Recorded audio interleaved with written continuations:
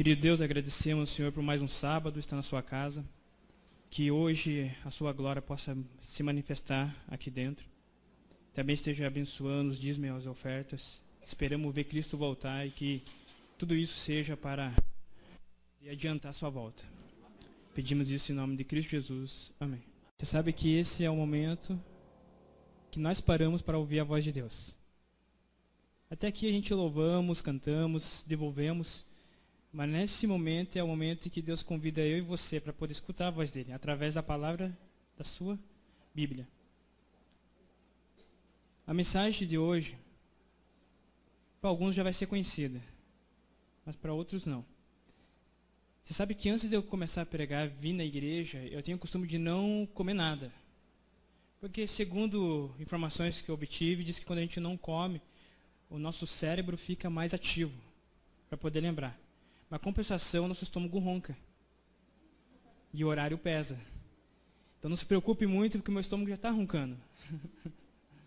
Mas a palavra de Deus é o pão que alimenta a nossa alma. Mais que o físico, e precisamos disso. Queridos, eu recebi um e-mail semana retrasada, e esse e-mail eu achei assim, muito especial. Eu quero ler para vocês. Porque chegamos já no final do ano, e vai começar um novo ano. E esse momento de final do ano é o momento que eu e você paramos para poder, vamos dizer assim, fazer um check-up da nossa vida. Rever. Tudo que deu certo e o que deu errado. Não é assim que funciona com você? Talvez você para sozinho, deitado na sua cama, e você começa a pensar, de janeiro até dezembro, tudo que você fez. Tudo que você imaginou, sonhou, planejou. E quando você chegou agora em dezembro, vai virar o ano de novo, vai começar um 2013 e você já está planejando 2013 também. Mas você tem que colocar e pesar na balança o que deu certo e o que deu errado em 2012. Não é assim que funciona? Comigo funciona muitas vezes assim, eu faço isso. Eu começo a pensar o que deu errado, o que deu certo, o que dá para fazer. E eu tenho certeza que você faz isso também. E esse e-mail que eu recebi, ele fez a gente pensar em algumas coisas. Fez eu pensar em algumas coisas. E eu quero ler para você. Esse e-mail se chama A Vida. A Sua Vida. É o nome do título do texto que me enviaram. A Sua Vida. E eu vou ler aqui e começo a pensar na sua vida. E ele diz assim: quando a sua vida começa, você tem apenas uma mala pequenina de mão. À medida que os anos vão passando, a bagagem vai aumentando, porque existem muitas coisas que você recolhe pelo caminho por pensar que são importantes. A um determinado ponto do caminho, começa a ficar insuportável carregar tantas coisas. Pesa demais. Então você pode escolher ficar sentado à beira do caminho, esperando que alguém o ajude, o que é difícil, pois todos que passarem por ali já terão suas próprias bagagens. Você pode ficar a sua vida inteira esperando. Ou você pode fazer outra coisa. Você pode aliviar o peso. Esvaziar a mala. E como esvaziar a mala? Será que na sua vida, de muitos anos que você vem trazendo a sua mala, a tua vida, o cargo está pesado? Será que os sentimentos que você carrega na sua vida estão cada vez deixando você com menos vontade de dar cada passo porque pesa demais? O que você carrega no teu coração? O que você vem trazendo para a igreja? O que você traz para dentro da sua casa? E chega nesse momento, é hora de a gente rever o que tem dentro da mala. E eu quero ensinar você hoje a desvaziar a mala. Sabe como que a gente desvazia a mala? Ele diz assim: aí você começa a tirar. Tirar. E quando você está tirando, aparece incompreensão. Aparece o medo. O pessimismo. Nesse momento, o desânimo quase te puxa para dentro da mala. Mas você puxa para fora, com toda a sua força. E no fundo da mala, aparece um sorriso, que estava sufocado no fundo da bagagem. Pula para fora o outro sorriso e mais outro. Aí sai a felicidade. Aí você coloca as mãos dentro da mala de novo e tira para fora uma tristeza. Agora você vai ter que procurar a paciência dentro da mala, pois vai precisar bastante. Procure então o resto, a força, a esperança, a coragem, o entusiasmo, o equilíbrio, a responsabilidade, a tolerância, o bom velho humor. Tira a preocupação também, deixa de lado. Depois você pensa o que fazer com ela. Bem, A sua bagagem está pronta para ser arrumada outra vez. Mas pense bem o que você vai colocar dentro da mala outra vez. Agora é com você. E não esqueça de fazer a sua arrumação mais vezes, pois o caminho é muito, muito longe e sua bagagem poderá pesar novamente. Queridos, o que pesa na sua vida? Será que está na hora de você tirar a raiva de dentro do seu coração? A falta de perdão? A intolerância? E quando a gente tira todo esse sentimento, você vai encontrar o carinho, a esperança, a amizade, tudo que estava talvez perdido na sua vida. E nesse momento você pode colocar outra vez dentro da mala. Mas pense bem o que você vai colocar, porque 2013 está aí. Sabe que muitas pessoas, ao começar esse ano, eles começam a pensar bem assim: eu vou começar com Deus com toda a minha força. Talvez o seu planejamento de vir agora para a igreja deve ser porque assim, puxa, meu ano não foi bem. Eu esqueci de Deus. Meu ano não foi legal. Eu abandonei a igreja. E talvez esse ano você bateu tanto a cabeça, teus planejamentos deu tudo errado, porque você esqueceu de Deus, que está chegando no final do ano, talvez você venha para a casa de Deus, para falar bem assim: Deus, eu quero começar o ano de novo contigo. Porque muitas pessoas, já aconteceu isso dentro da minha casa, com a minha família, com meu pai quando era afastado, dizer bem assim: eu quero começar o ano com Deus. Só que o ano passa e parece que as coisas continuam como estavam. Abra sua Bíblia no livro de Isaías, capítulo 40.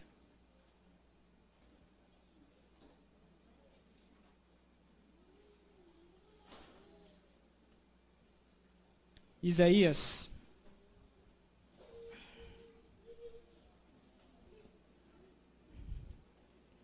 capítulo 40.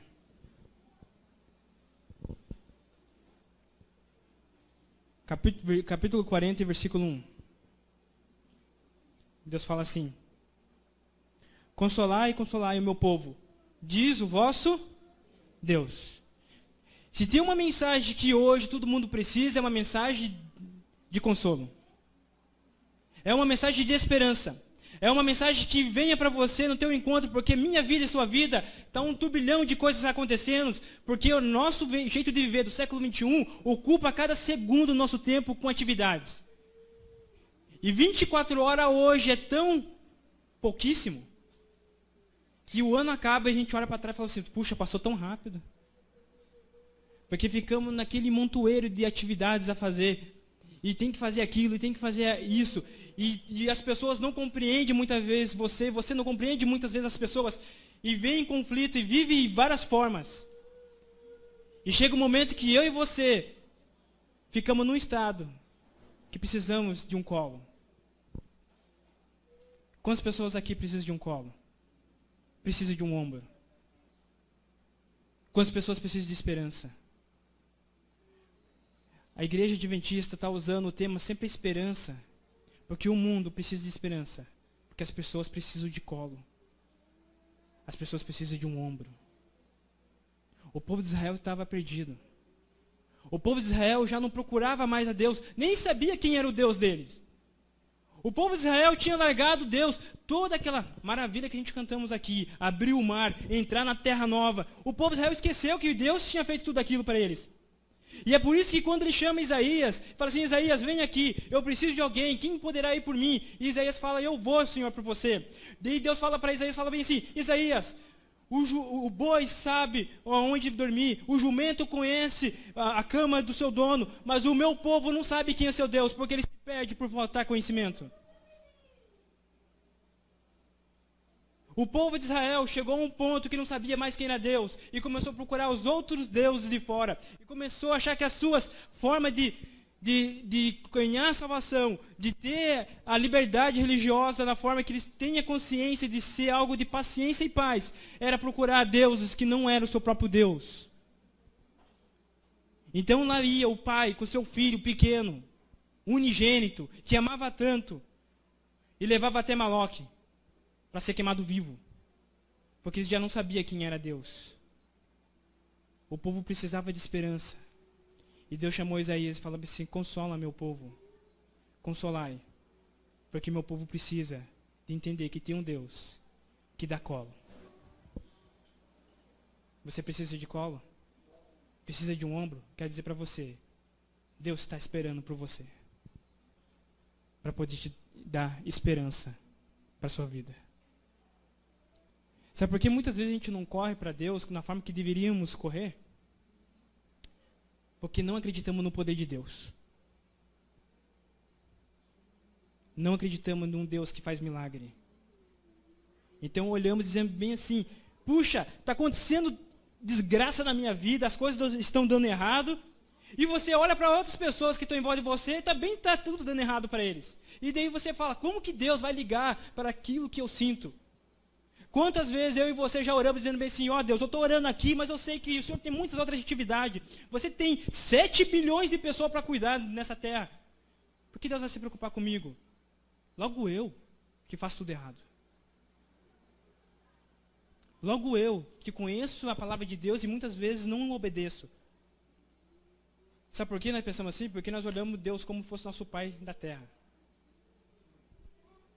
Que muitas vezes nossos pais, por mais que nos ama, quando a gente faz algo que não agrada, ele corta e tesoura boas coisas pra gente. Então Deus vai fazer igual. E temos medo de Deus.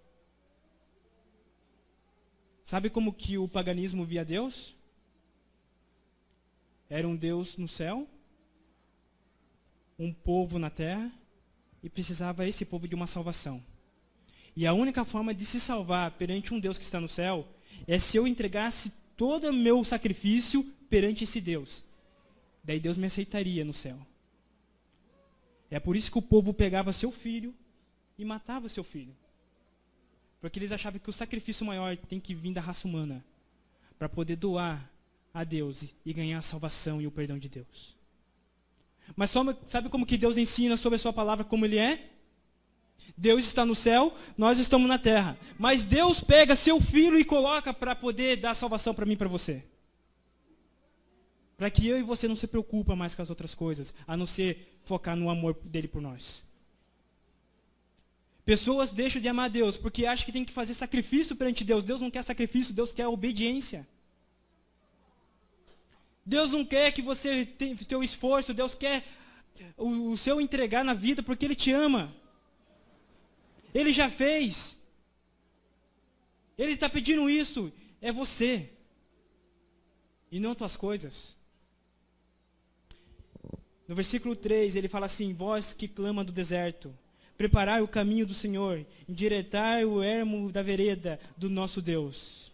Deus chama mensageiros para pregar esperança. Queridos, você conhece Deus. Você sabe que se Deus fez por você. Mas Deus chama você para levar essa mensagem para outras pessoas. Porque se você não levar a mensagem para outras pessoas, você vai ser infeliz na sua vida cristã. Você quer desviar da igreja? É simples. Não pregue a palavra. Você quer desanimar e desacreditar de Deus? É muito fácil. Não leve Deus para outras pessoas. Porque você não pode levar aquilo que você não tem. Mas Deus fala bem assim, se você quer ser feliz, se você quer saber que aqui é teu lugar, é teu caminho, você tem que falar de mim para outras pessoas. Você quer ver Jesus voltar, mas você não quer falar de mim. E aí que eu entro em conflito comigo mesmo, falo, Deus, eu quero que o Senhor volte. Mas eu olho, mas tem tanta pessoa que eu não conhece. Eu só estou pensando em mim. Eu quero que Jesus volte para acabar com as coisas dessa terra, para mim. Mas Deus está esperando os outros, porque Ele ama todos. E Ele fala, vai pregar. Fala da palavra. Jovens, fale de Deus para os teus amigos. Eu estava falando com o Clodoaldo aqui, o irmão Irineu falou bem aqui, do ministério do Clodoaldo. Você sabe, depois do acidente, a limitação que ele teve. E Deus fala, coragem. E através da câmera dele, daquela pequenina câmera, eu creio que mais de 5.000 pessoas já ouviu a palavra de Deus. Porque você precisa pregar. Porque se ele não fizesse isso, talvez ele não estaria hoje aqui. Porque precisamos consolar as pessoas que também estão perdidas lá fora. Olha o que Deus faz aqui. Versículo 7. Seca-se a erva cai as flores, soprando nelas o hálito do Senhor. Na verdade, o povo é a erva, seca-se a erva e cai as flores, mas a palavra do nosso Deus subsiste o quê? Eternamente. Querido, Deus tinha uma mensagem para o tempo de Israel, chamando Isaías. A mensagem que ele tem para Isaías e para o povo de Israel é a mesma mensagem que ele tem hoje, porque não muda. As pessoas tentam mudar a palavra de Deus, tentam fazer o que é certo e o que é errado. Isso pode, isso não pode, está escrito, isso não serve mais, isso serve. Nunca foi assim e nunca será. Porque a palavra de Deus é eterna. Você não pode escolher o que pregar. Você não pode querer pregar o que você acha que tem que ser pregado. Você tem que pregar o que Deus falou para pregar. E o que ele estabeleceu no jardim do Éden é o que vai servir até a volta dele e não vai mudar. Porque são princípios. Seca essa erva, cai as flores, mas a palavra do nosso Deus existe eternamente. Deus chama um povo hoje para pregar o evangelho do reino de Deus. Você entendeu o que eu falei aqui? O evangelho do reino de Deus. Não é o evangelho da graça, não é o evangelho da prosperidade, não é o evangelho das curas, é o evangelho do reino de Deus. Porque ele falou bem assim, quando o evangelho do reino de Deus for pregado a todas as nações, então virá o quê? O fim. Queridos, o evangelho do reino de Deus é preparar pessoas não para viver nessa terra, mas para viver numa nova Canaã. Porque é lá que é o nosso lugar. E não aqui. Aqui Deus chama a gente para pregar isso. Para alertar as pessoas. Para trazer para Deus. Para se converter seu coração. Versículo 12. Quem mediu com a concha das mãos as águas e tomou a medida dos céus aos palmos? Quem recolheu numa medida o pó da terra ou pesou os montes e os outeiros em balança? 14.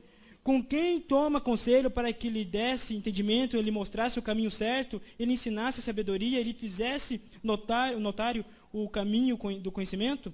Certamente as nações são consideradas por ele como gotas de um balde, e como um pó miúdo das balanças. Ele pesa a ilha como se fosse o fino pó. E o versículo 17 diz assim, todas as nações são como nada perante ele. Eles a considera sem valor e menor do que nada.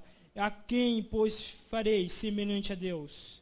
Com que imagem o comparareis? Quem é Deus para você? Não tem nada que possa comparar a grandeza do nosso Deus. Ele fala bem sim que mediu o oceano com a sua mão, com a concha e pesou. Sabe o que Isaías está querendo falar aqui? Povo de Israel, vocês estão adorando os outros deuses, mas o Deus que criou todas as coisas é esse que vocês têm que adorar. Não tem nenhum Deus que pode se comparar a ele. Não existe nada nesse mundo que faça você trocar por ele. Porque você está trocando Deus por outras coisas. Por que é tão fácil trocar Deus? Mesmo Deus sendo poderoso. Você quer ver o poder, o tamanho do poder do nosso Deus? Olha o que diz ali, versículo 26. Levantai ao alto os vossos olhos. Quem criou todas essas coisas? Aquele que fez sair o exército de estrela, uma por uma, e a chama pelo nome. E por causa da grandeza da sua força e da fortaleza do seu poder, nenhuma faltará. Olha o tamanho do nosso Deus. Ele é o Criador do universo. E hoje, como é difícil as pessoas acreditar num Deus Criador. Porque eles creem, a grande maioria das pessoas, jovens do mundo, crê na evolução. Que tudo vem numa explosão. Você sabe como, mais ou menos o tamanho do nosso universo? Segundo a ciência ou a física. Diz que no momento da história do universo, todas as substâncias que poderia causar o crescimento do universo, eles ficaram tudo agrupado no tamanho de uma palma de uma mão. Tudo ali. Todos os átomos. E eles foi exprimido, até que ficou tudo junto. E uma hora explodiu. E o universo surgiu. É assim que a física fala. Um cientista que era cristão, por tirar sarro, batizou o nome de Big Bang. Por ironia, e acabou pegando. E o universo começou a criar. E o universo começou a expandir. Segundo a nossa física, tudo que eles conseguem olhar para o nosso universo, eles dizem bem assim, no universo infinito, existe mais ou menos 200 bilhões de galáxias. Que galáxia que vem do grego se chama leite. 200 bilhões de galáxias. Eu não estou falando nem 200, nem 2, nenhum. 200 bilhões de galáxias. Imagine isso. Isso que o homem conseguiu enxergar. Mais ou menos 200 bilhões de galáxias. E como é formada uma galáxia? É formado por mais ou menos 100 bilhões de estrelas. Então, existe 200 bilhões de galáxias nesse universo criado por Deus, que cada galáxia tem mais ou menos 100 bilhões de estrelas. E uma dessas galáxias é a nossa, chamada Via Láctea, que vem do latim, que também é leite. A nossa galáxia tem mais ou menos 100 bilhões de estrelas. E uma dessas estrelas é a nossa. Que quando eu estudava, chamava de estrela de quinta grandeza, mas hoje já é estrela anã. Porque descobriram muitas estrelas maiores do que o Sol na nossa galáxia. E nesse Sol existem 8 planetas que circulam. O terceiro é a Terra. Onde a Terra está? A Terra é o terceiro planeta de uma estrela anã menor, com meio de 1 bilhão de estrelas iguais, no meio de 200 bilhões de galáxias. Dentro desse planeta, existe mais ou menos catalogado 30 mil espécies diferentes. Dessas 30 mil espécies diferentes, uma é a espécie humana. E no meio da espécie humana, existe mais ou menos 7 bilhões de pessoas. E uma dessas 7 bilhões de pessoas é você. Quem é você? Você é uma pessoa no meio de 7 bilhões de pessoas, que gira num planetinha pequeno, em torno de uma estrela pequena, no meio de 100 bilhões de estrelas, no meio de 200 bilhões de galáxias. E Deus fala bem assim, eu não esqueço de você. E eu sei o nome de todas as estrelas. Por que você está com medo? Por que você não acredita em Deus? Por que você não consegue colocar seus planos na mão de Deus e deixar que Ele haja na forma que Ele tem que agir? Olha o que Ele diz aqui, eu quero terminar com isso. Olha o 27. Porque dizes, ó Jacó, e tu reclama, ó Israel, o meu caminho está encoberto ao Senhor, e minha causa passa despercebida, ó meu Deus? Não sabeis, não ouviste, o Senhor é eterno Deus, o Criador dos fins da terra, e Ele não se cansa nem se fadiga, e não há quem esquadrie o seu entendimento. Dá força aos cansados, multiplica o poder aos que não têm nenhum vigor. Até os jovens se cansam e se fadigam, e os jovens tropeçam e caem. Mas os que esperam no Senhor renovarão as suas forças. Subirão com asas como a águia, correrão e não se cansarão, caminharão e não se fadigarão. Por que você acha que passa despercebido teus sonhos perante Deus? Por que se preocupa, ó filho de Israel, que é você? Deus lembra de você, meu querido. Está precisando de poder de Deus para se levantar e continuar nessa caminhada. Eu quero dizer para você, hoje Deus tem com o teu Espírito Santo e pode te animar. Porque Deus se preocupa com a sua vida. Hino 70, consegue tocar para mim? O hino 70, eu nunca meditei muito no hino 70. Até chegar agora em Brusque, Santa Catarina, no meio do ano. O pastor local ali de Brusque falou: Daniel, tem uma irmã que está com câncer. Ela é uma senhora. Está em fase terminal. Vamos lá na casa dela. E ele me chamou. Um dia antes de eu ir, eu tinha ido em outra casa de um jovem de 25 anos. E esse jovem de 25 anos estava na cama. E ele estava com câncer no intestino. E quando eu entrei na casa dele, ele com fraldas e tudo mais, porque o intestino dele já não conseguia segurar. E toda vez que as necessidades dele chegavam, ele soltava ali mesmo. Eu vi um jovem de 25 anos naquele estado, naquele momento, doeu meu coração. Mas doeu mais meu coração quando eu olhei para a esposa dele. 23 anos. Grávida de 8 para 9 meses. E ali tinha um filho dos dois. E eu sabia que aquele jovem não vai ver o seu filho crescer. Porque ele vai morrer de câncer. A não ser que Deus faça um milagre. E quando eu entrei, ele estava gemendo de dor. E eu falei, Deus, dá força aos cansados e fortalece os que têm os jovens se cansam e se fadigam. E no outro dia, quando eu entrei na casa dessa irmã, e eu vi ela na mesma situação, fase terminal de câncer, eu falei, Deus, esse mundo não é pra gente. Aonde a gente conhece as pessoas que no meio do nada, de repente acontece um desastre, uma doença vem e acaba, e tira essa pessoa. Mas o Senhor fala que quem confia no Senhor viverá para sempre. E eu cheguei na irmã e falei, irmã, como a senhora está? Ela falou, é terrível, eu não aguento mais, eu quero descansar. Eu sinto dor, a morfina já não faz mais efeito. E eu me lembrei do meu cunhado, quando estava no hospital também. Que a morfina já não fazia mais efeito. O pastor ungiu aquela mulher. E aí perguntou para ela, irmã, você tem um hino preferido? Dela, eu tenho. É o 70. Porque ele vive. Posso crer no amanhã. Eu falei, Deus, o Senhor é criador do universo. Não tem nada que possa uma raça humana tentar pesquisar, porque não tem como fazer teologia. Teologia é uma expressão, porque não temos como colocar Deus dentro de um laboratório e estudar Deus. Porque Deus, Ele não tem como ser colocado em lugar nenhum, porque Ele é em todos os lugares. O seu Espírito vaga sobre a raça humana. Ele dá poder às pessoas que não merecem poder nenhum. Até aquelas pessoas que não creem em Deus e levantam a mão e dizem assim, e maldiçoam o nome de Deus, o poder da vida dele vem através de Deus. Eu falei, Deus, nós só temos uma esperança. É crer no Senhor.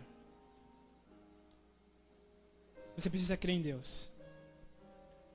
Porque mesmo que venham as provações da vida, mesmo que a doença atinja tua vida, mesmo que as pessoas que você ama te abandonem, mesmo que as pessoas que você acredita o traem, o nosso Deus vive para sempre. E Ele quer te salvar. E por isso que essa última lição da escola sabatina foi dizer bem assim, enxugarei a última lágrima daquelas pessoas que eu amo. Você precisa enxugar tua lágrima de 2012? Você precisa um colo? Eu quero dizer para você que Deus vive para sempre. E te dá vigor. E te fortalece. Porque Ele te ama. Creia nesse Deus. Quero convidar vocês a cantar o hino 70. Vamos acreditar porque um dia Jesus morreu e hoje Ele vive. E essa esperança que Ele nos deu é o que faz crer nele. Ele diz, eu não esqueço de vocês. Eu criei o universo, eu criei todas as coisas. Eu sei o nome de cada estrela. Eu sei quem é você e eu sei que você passa na sua vida. E é por isso que você precisa voltar para a casa de Deus. Porque o mundo não sabe quem é você. O mundo não sabe o que você precisa. O mundo não está nem aí para você. E o dia, você é como uma caneta descartável para o mundo. O dia que acabar a tinta vai jogar fora. Mas Deus quer você. Porque você é tudo por ele, para Ele. Porque Ele vive. E você pode crer nisso. Esse é o poder do nosso Deus. Pela morte dEle, Ele ressurgiu e temos vida. O poder que Deus tem de criar o universo é o poder que tem para transformar a nossa vida. E é por isso que quando a gente for para o céu, todas essas estrelas, planetas, ou qualquer outro lugar do universo que Ele tenha criado, você vai poder conhecer. Porque um dia Jesus ressurgiu. Eu agradeço a Deus porque você está aceitando Jesus no seu coração todos os dias. Não se afaste dele. Ele te ama. Se esse ano você deixou ele de lado, nessa última semana, tenha ele perto de você, para que você tenha um ano garantido de vitória também. Que Deus possa te abençoar, querido. Que você saia confiando nesse Deus e no poder dele. E todas as coisas maravilhosas que ele tem e vai fazer na minha e sua vida para 2013. Que Deus e Jesus Cristo, o Espírito Santo, seja louvado para toda a eternidade. Vamos orar. Querido Deus, agradecemos, Senhor, porque com carinho e com amor o Senhor nos convida para ouvir a sua voz. O Senhor sabe que esse ano, para muitos que estão aqui, talvez dê muitas coisas erradas. Precisamos de encostar nossa cabeça em um Deus que quer nos ouvir. Mas agradecemos, Senhor, porque com amor eterno o Senhor já nos atraiu. E é por isso que estamos hoje agradecidos, porque cremos num Deus verdadeiro, que criou o céu e a terra e todo o universo. O Senhor sabe o nome de todas as estrelas e tudo que o Senhor criou. Mas hoje vimos que o Senhor não esquece de nós jamais. E é por isso que o Senhor enviou seu Filho. Num cantinho isolado do universo, num planetinha que é o tamanho de um grão de areia, o Senhor enviou seu Filho. Porque Ele vive e hoje podemos crer na manhã. Porque Ele vive e hoje estamos salvos. Então, meu Pai, acompanhe teus filhos para suas casas nesse sábado. Acompanhe eles até o último instante da vida. Porque lá no céu eu quero revê-los. E cantar e louvar teu nome. Porque o Senhor é o Deus grande e poderoso. E não tem ninguém, e não tem algo, e nenhuma coisa que possa se comparar ao seu poder. Esteja conosco e nos salva. Peço isso em nome de Cristo Jesus. Amém. Que Deus possa te abençoar.